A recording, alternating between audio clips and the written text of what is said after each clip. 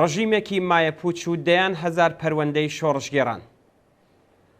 غوڵام حوسەین موحسەنی ژەیی سەرۆکی قووەی قەزایی گەندەڵی ئێران ڕۆژی 5 پوشپەر واتە 26 ژوئێن لا کۆبوونەوەیەکی سەرتاسەری ئەم ناوەندەدا وتی کە قووەی قەزاییەی ژێردەسەڵاتی لە ڕۆژی دەستپێکی شۆڕشی ژیناوە واتە لە ڕۆژی 26 مانگی خەرمانانی 1401ەوە تا ئێستا 20,000 دۆسیەی پەیوەندیدار بە ناڕەزایەتیەکانی یەکلایی کردوێتەوە.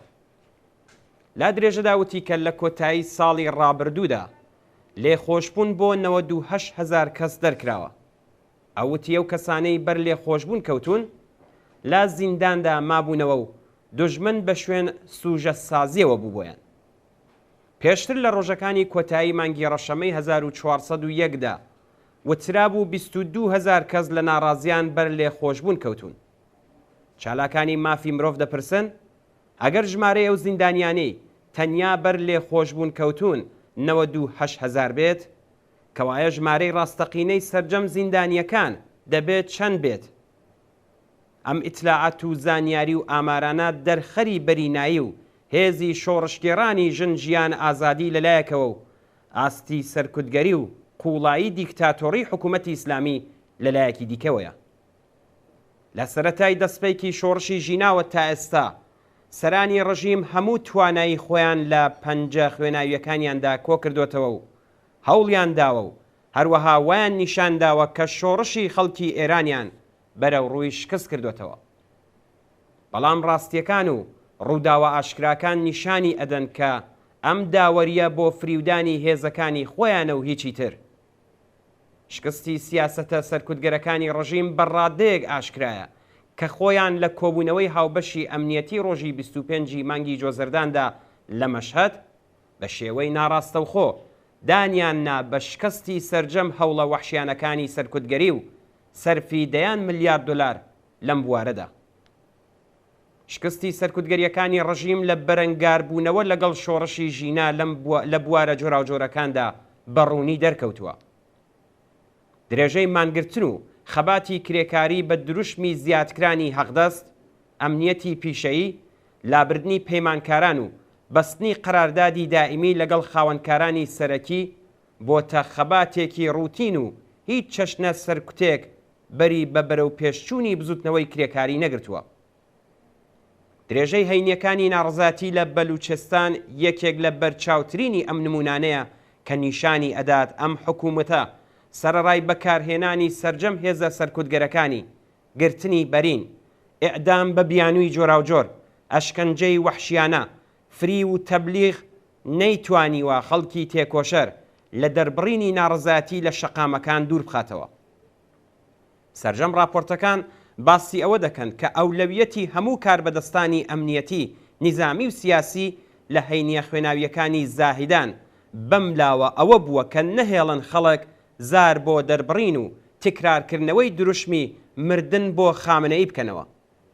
بەڵام نەک هەر نەیتوانیوە بەڵکو تێکۆشەران بەدانی دروشمی مردن بۆ کولیەتی ڕژیم لە دروشمی پێشوویان تێپەڕ بوون. بەهێنانە گۆڕی دروشمەکانی کاتی یەکێتی، کاتی شۆڕش، ئێرانی، یەکێتی، شۆڕش، ئازادی، ڕێگا چارەی جەماوەری و سربەخۆ و گەیشتن بەو ئامانجەشیان ڕۆشن کردوێتەوە. ئەوان بە دروشمی مردن بۆ ستەمگەر چشابێت و چڕێبەر تا ڕادەیەک حکوومەتی جێ سەرنجی خۆیان بە کۆمەلگا ناساندووە. تێکۆشەرانی بەلوچ بەدانی دروشمی کورد و بەلوچ و ئازەری، ئازادی و بەرابەری کە لە هەینیەکانی ناڕزایەتی 38 هەفتەیانیدا تکراریان کردەوە و تێگەیشتووی بەرزی سیاسی خۆشیان نیشانداوە. شکستی سیاسەتەکانی ڕژیم لە بەرەنگاربوونەوە لەگەڵ بزوتنەوەی خوێندکاری و بە تایبەت خەباتی یەکگرتوانەی لاوانی ژن و پیاو لە دژی حیجابی ئیجباری ئاشکرایە. مانگرتن و خەباتی خوێندکاران لە زانکۆکان و لە سەرویانەوە خەبات و مانگرتنی زانکۆی هونەر دژ بە حیجابی زۆرەملێ قوڵایی ناکامی سەرکوتگەریەکانی ڕژیمی لە خاودا. بەرینایی پشتیوانی یەکێتیە کرێکاریەکان، ژنان، خانەنشینان و فەرهەنگیان لە خەباتی خوێندکارانی زانکۆی هونەر یەکێکی دیکە لە نیشانەکانی شکستی سیاسەتی ترساندن و گۆڕانی هاوسەنگی بە قازانجی بەرەی خەڵکە. جوڵە و حرەکەتی بزوتنەوەی دادخوازان بە تایبەت لە کوردستان هۆکارێکی دیکەیە لە بێ ئاکاممانەوەی سیاسەتی سەرکوت. یەکێک لە ئاخرین هەنگاوەکانی سەرکوتگەرانەی ڕەژیم گرتنی 40 کەس لە ئەندامانی بزوتنەوەی دادخوازانی سنە دیواندەرە و دێگولان لە ڕۆژی 19 مانگی ژۆزەردانە. ئاکامی ئەم دەست بە سەرکردانە ڕسوایی زیاتر بۆ ڕژیم و ناسرانی زیاتری بزوتنەوەی دادخوازان لە کوردستان بوو. گرتنی ئەندامانی بزوتنەوەی دادخوازانی سنە نەیتوانی بەر بە ئامادەبوونی ژمارەیەکی زیاتر لەسەر گڵکۆی گیانبەختکردوانی شۆڕش و بە تایبەت هێمای ئەو شۆڕشەی ژینای ئەمینی بگرێت. بەڵام گورزەکانی شۆڕشی ژینا بە سیاسەتی دەرەوەی کۆماری ئیسلامی شێوە دیارە. بە چۆکدا هاتن لە بەرامبەر ئیمپریالیزمی ئامریکا و چۆڵکردنی پشتی حوسیەکان لە یەمەن و دامەزراندنی مناسباتی سیاسی داماوانە لەگەڵ عەرەبستان و چەند شێخنشینی کەنداو لە زومرەی نیشانە و بەڵگەکانی ئەم ئیدعایان.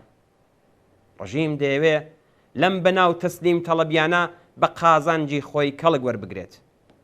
یەکێک لەوانە گێڕانەوەی بەشێک لە پارە بلوکراوەکانی خەڵکی ئێرانە کە ڕژیم دەیەوێ ئەو بابەتە وەک هۆکاری گەشەپێدان جێبخات.